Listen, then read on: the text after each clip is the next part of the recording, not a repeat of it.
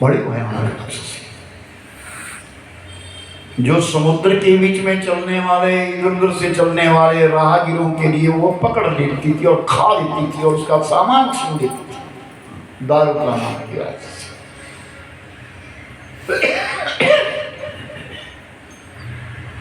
तो शिव महापुराण में कथा आती है इस ज्योतिर्लिंग की।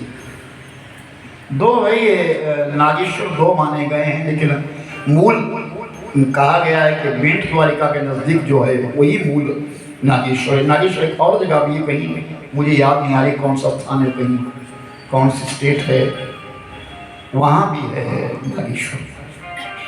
लेकिन यहाँ को मूल माना गया कि मूल नागेश्वरी है। सौराष्ट्रे सोमनाथम श्रीशैले मल्लिकार्जुनम उज्जन्याम ओंकारं ममलेश्वरम् परल्यां वैद्यनाथं च डाकिन्यं भीमशंकरे सेतुमध्ये तुरामीशं नागेशं दारुकारे वाराणस्यां विश्वेशं त्र्यंबकं गौतमी तटे केदारं हिमालये तु केदारं भूषमेशं शिवालये एतान् ज्योतिर्लिङ्गानि सायं-प्रातः पठे नरः सप्तजन्मं कृतं पापं स्मरणेन विनश्यति।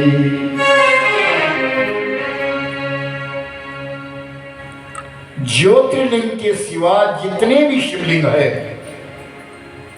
उनका चरणामृत नहीं लिया जाता, लेकिन ये 12 जो ज्योतिर्लिंग है इसका चरणामृत लिया जाता है। और हमारी इस यात्रा में 2 ज्योतिर्लिंग इकट्ठे हो रहे हैं, 2 ज्योतिर्लिंगों का दर्शन है, सोमनाथ और नागेश्वर। दारुका नाम की राक्षसी जो बड़ी भयानक राक्षसी थी, जो कोई भी राह से आता था उसको छीन लेती थी, सब कुछ छीन लेती थी। एक समय समुद्र से नौका विहार करते हुए कुछ व्यापारी जा रहे थे, बहुत सारा धन लेकर के जा रहे थे, और जो मुख्य सेठ था उसका नाम सुप्रिया, सुप्रिया नाम का सेठ था। और उस सेठ के लिए उस दारुका ने पकड़ लिया, सारा धन छीन लिया, और जितने भी उस नौका में लोग बैठे थे वो सब लोगों को जो है बंदी बना दिया। उस दारुका राक्षसी ने बंदी बना दिया सबके लिए। अब सेठ जेल में हो गया, जेल बना दी उसने उसके। लेकिन सेठ भगवान शंकर जी का परम भक्त था। दारुका दिन में इधर उधर जाती, चारों तरफ मांस ले आती, कुछ करती, खाती पीती और कुछ फेंक देती उनकी ओर। तो किसी प्रकार अपना जीवन निर्वाह करने लगे। सेठ भगवान शंकर जी का परम भक्त था और वो पूजा करता था। उस सेठ ने अपनी स्थली रखी और पूजा प्रारंभ कर दी। 1 दिन बीता, 2 दिन बीते, 3 दिन बीत गए। अब सेठ ने कहा कि अब हमारा बचना मुश्किल है, इसलिए हमारी रक्षा ये कई कर सकते हैं, दीर्घायु जो देने वाले हैं, लंबी आयु जो देने वाले हैं वो भगवान शिव शंकर जी की पूजा करो। और उस सेठ ने सबको मंत्र बांट दिया, और जितने भी वो जेल खाने में बंद हुए थे सारे बंदी सब भगवान शंकर जी का नाम लेने लगे। शिव शिव नाम उच्चारण होने लगा। महामृत्युंजय मंत्र 52 अक्षर का है। त्र्यंबक मंत्र 32 अक्षर का है। संजीवनी मंत्र 62 अक्षर का है। मृत्युंजयी मंत्र जो है 82 अक्षर का है। लेकिन इन सब मंत्रों को करते करते मानुष पजल हो जाता, बिगड़ जाता है। तो इसलिए सरल मंत्र दे दिया गया कि ओम नमः शिवाय, ओम नमः शिवाय। ये सरल है, पंचाक्षर है, 5 अक्षर है। शिवाय नमः, नमः शिवाय 5 अक्षर है। इसका नाम है पंचाक्षर। नागेन्द्रहाराय त्रिलोचनाय भस्मांगरागाय महेश्वराय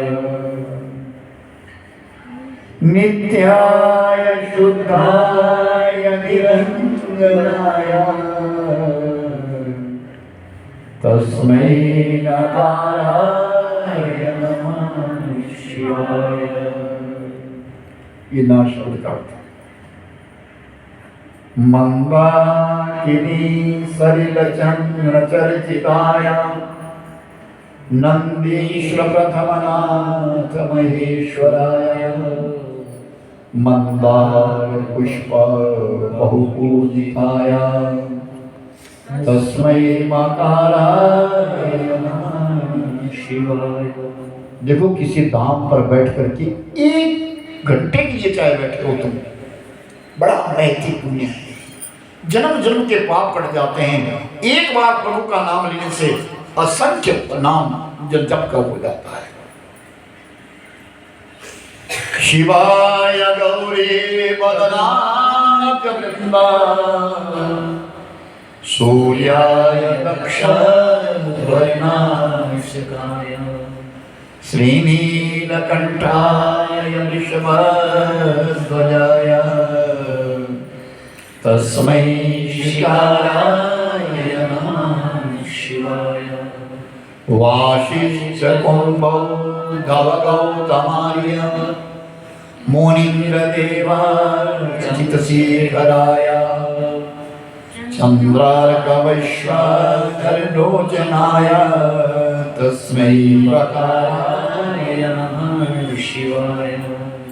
यक्षस्वरूपाय जटाधराय पीनाकहस्ताय सनातनाय दिव्याय देवाय दिगंबराय तस्मै नकाराय नमः शिवाय। पंचाक्षरं इदं पुण्यं या पठि शिवसन्निधौ शिवलोकम् आपनोति शिवेन मोदते। शंकर जी के सामने बैठ करके जो इस पंचाक्षर का जप करता है, शंकर जी के सानिध्य में प्रसन्न होकर के परमात्मा में समाता है। इसलिए पंचाक्षर का बड़ा महत्व है। ओम नमः शिवाय छोटा मंत्र, लेकिन इसका महत्व बहुत बड़ा है। तो सेठ ने सबको ये मंत्र दे दिया और सब ओम नमः शिवाय, ओम नमः शिवाय, ओम नमः शिवाय, ओम नमः शिवाय उच्चारण करने लगे। और दारुका ने कहा कल मैं तुमको मार दूंगी, तुम किसका नाम ले रहे हो, क्या कर रहे हो, मैं तुमको कल मार दूंगी। वो जानती नहीं। लेकिन जब सबने सामूहिक प्रार्थना करी ना, सामूहिक प्रार्थना बलवान होती है, याद रखना। सामूहिक प्रार्थना, हाँ, जब सबने एक मन से प्रार्थना करी और सब नमः शिवाय का जाप करते हैं, तो भगवान शंकर उमा सहित माँ भगवती के सहित प्रकट हुए। हृदय से परमात्मा प्रकट हुए तो सब नतमस्तक हो गए और वो दारुका नाम की राक्षसी भी सामने खड़ी हो गई। प्रभु परमात्मा संग करने से, सत्संग करने से भगवान का प्राकट्य होता है। संग करने से काम उत्पन्न होता है और सत्संग करने से परमात्मा की प्राप्ति होती है। एक दूसरे से जुड़ते हैं ना। आप लोगों ने कहाँ से आए हैं, अनेक जगहों से आए इकट्ठे हुए, लेकिन जब यहाँ सत्संग में बैठे तो अपने सब पापों को छोड़ करके यहाँ पुण्य ग्रहण करने के लिए बैठे। ऐसा तो कोई है नहीं जिसने कोई पाप ना किया हो सकता है आपसे ज़्यादा पाप तो मैंने भी किए हो, ये भी हो सकता है। लेकिन जब हम इस सत्संग में आ गए, यहाँ सब इकट्ठे बैठ के रह रहे हैं, इकट्ठे कह और सुन रहे हैं और भगवत भजन कर रहे हैं, तो याद रखना भगवान हमारे सब पापों को धो देता। कहते ना भाई, बेड़े में पता नहीं कौन सा ऐसा कोई पुण्य व्यक्ति बैठा था, हमारे बेड़े में पता नहीं कौन सा ऐसा पुण्य व्यक्ति बैठा था कि आज हम डूबते डूबते बच गए। और कई बार ऐसा कहा जाता है, पता नहीं कौन सा पापी आदमी हमारी गाड़ी में आ गया जिसकी वजह से हम सब आज डूब गए। घर में किस्मत वाला एक होता है और उसकी किस्मत से सब खाते हैं। अगर तुम्हारे घरों में किसी को अपंगता आ गई हो, कोई मंद बुद्धि का इंसान हो, मत समझना क्यों बेकार है, क्या पता हम उसकी वजह से चले, क्या पता उसकी किस्मत से। कई बार आप लोगों ने देखा होगा, आपकी बेटी है, आपने बेटी की शादी करी और बेटी की शादी करने के पश्चात कुछ धीरे धीरे कंगाली आनी शुरू हो गई। समझ लेना हमारे घर में और लक्ष्मी थी, वो निकल गई। उसी प्रकार तुम्हारे घर में कोई अतिथि आया है और वो इतना पुण्य लेकर के आया कि तुम्हारे सोए हुए बाग से फलहार दिला दी उसने। भगवान की कृपा करने की विचित्र विधि है। उस दारुक वन के बीच में भगवान प्रकट हुए और भगवान का नाम वहां नागेश्वर बन गया।